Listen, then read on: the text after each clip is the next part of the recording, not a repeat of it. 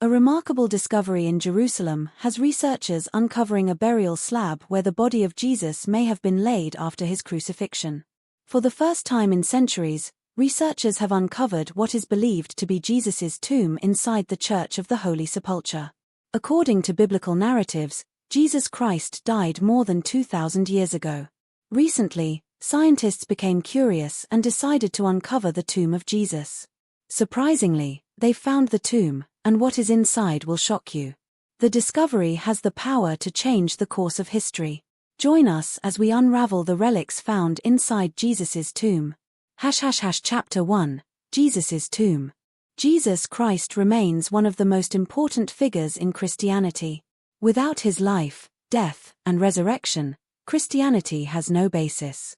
Even though all we know about him comes from the scriptures, archaeologists have decided to unearth where his tomb could be. According to the Bible, Jesus Christ was buried in a tomb cut out of rock just after his crucifixion. He awed his followers 3 days later when he left the tomb alive. Hence, there is no questioning of his existence. But the puzzle remains: where is the tomb located? This question has intrigued biblical scholars and historians for years. Could it be the Talpiot tomb in Jerusalem, the Garden Tomb, or even a burial plot in far-flung locations like Japan or India? To date, most believe that the Church of the Holy Sepulchre in Jerusalem's Old City is the likely location of Jesus's tomb. In 2016, it was unsealed for the first time in centuries. The belief that Jesus's tomb is located at the Church of the Holy Sepulchre dates back to the 4th century when the Emperor Constantine, a recent convert to Christianity, ordered his representatives to find Jesus's tomb. Upon arriving in Jerusalem in 325 AD, Constantine's men were directed to a 200-year-old Roman temple built by Hadrian. Beneath it, they found a tomb made from a limestone cave, including a burial bed. This fits the Bible's description of Jesus's tomb, convincing them they had found his burial site. Though the church has been widely recognized as the site of Jesus's tomb, it's impossible to say for sure that Jesus Christ was buried there. Early Christians were persecuted and forced to flee Jerusalem, so they may have been unable to preserve his grave. Muddying the waters is that other likely tombs have appeared over the years. To some, the Garden Tomb in Jerusalem seems a likely candidate. Others believe the Talpiot tomb in the Old City could be Jesus's tomb. Both are cut from rock, just like the tomb in the Church of the Holy Sepulchre. Yet many scholars say those tombs lack the church's historical weight. The Talpiot tomb, for instance, is a rock-cut tomb discovered in 1980 in the East Talpiot neighborhood, 5 kilometers south of the Old City in East Jerusalem.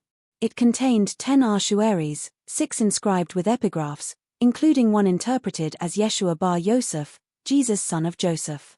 However, the inscription is partially illegible, and its translation and interpretation are widely disputed.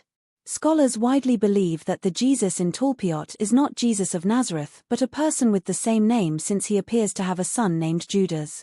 The tomb shows signs of belonging to a wealthy Judean family, while Jesus came from a low-class Galilean family.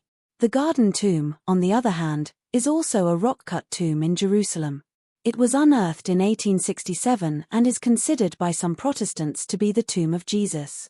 Israeli archaeologist Gabriel Barkay has dated the tomb to the 8th to 7th centuries BC. Although there seems to be no agreement on the exact location of Jesus's tomb, much archaeological and early literary evidence supports the idea that it is located in the Church of the Holy Sepulchre. However, the Church of the Holy Sepulchre has suffered over the centuries. It was sacked by Persians in the 7th century, destroyed by Muslim caliphs in the 11th century, and burned to the ground in the 19th century. But each time it fell, Christians built it back. Many continue to believe that it's the most likely site of Jesus's tomb. The tomb was sealed with marble cladding around 1555 to prevent visitors from taking pieces of stone. In 2016, a crew of specialists opened it for the first time in centuries. During this restoration, the Greek Orthodox, Armenian Orthodox, and Roman Catholic entities that share the Church of the Holy Sepulchre agreed to carry out repairs. Israeli authorities had declared the building unsafe, summoning restorers from the National Technical University of Athens to work on the site. The restorers removed damaged mortar, repaired masonry, and reinforced the walls. While working, They decided to open the tomb to ensure no structural leaks. What they found astonished everyone. Beneath the marble cladding and a second slab carved with a cross, they accessed the limestone cave, entering Jesus' tomb for 60 hours. They collected samples, photographed the site, and reinforced its walls. The restoration cost $3 million, and after 9 months, the tomb was resealed with a marble window to allow pilgrims to glimpse the limestone beneath. This discovery raises questions about biblical descriptions of the tomb and its relics, including the linens mentioned in John 20 verses 6-7. The next chapter will explore how this discovery ties into the Shroud of Turin and its mysteries. The victim's actions precisely matched the angle at which the blood poured. The bloodstains that cascaded down the arms were clear evidence of a violent crucifixion. Surprisingly, the bloodstains appeared before the photo on the shroud, indicating that the miraculous transformation occurred precisely 72 hours after the blood made contact with the fabric while creating the unique image. After further investigation, scientists discovered that the dirt on the shroud contained travertine aragonite and Jerusalem limestone, the same type of stone found in Jesus' tombs in Jerusalem. This finding opened up some intriguing possibilities. Additionally, the fabric contained 49 different types of pollen, 33 of which were unique to Palestine and 3 of which were unique to Jerusalem, indicating a potential link to the crown of thorns. Researchers could date the fabric more accurately and dependably by employing advanced wide-angle X-ray scattering.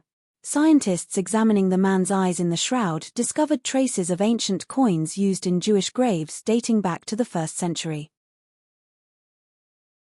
These coins are identical to those of Pontius Pilate used around the same period.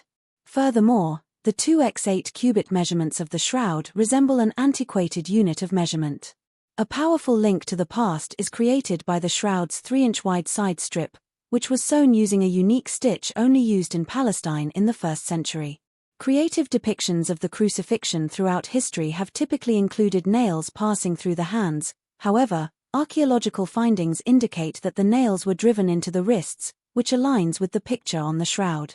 In keeping with the biblical account of the crown of thorns, the head wounds likewise closely resemble thorns. The marks on the wearer's shoulders indicate moments when they staggered and fell, probably across the blood-stained ground while carrying a big, awkward thing. Injuries on the nose, which may have resulted from a fall or a beating, provide greater credence to the shroud's legend and make it worthy of consideration. The remarkable separation of blood and clear blood serum observed in the reverse image of the shroud is identical to what is seen when a person passes away from a wound. The side wound resembles an oval wound, too broad and precise, like a Roman spear. This strange resemblance to the biblical tales in John's Gospel adds to the shroud's mystery. Combined, these striking particulars depict a man and an amazing historical story. Scholars have discovered indecipherable inscriptions.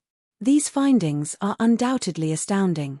By carefully slicing the official encircled images into many squares and analyzing their optical characteristics using advanced visualization techniques, Barbara Frail, a Vatican specialist, utilized photos of the subject augmented by a computer to read just a little scroll.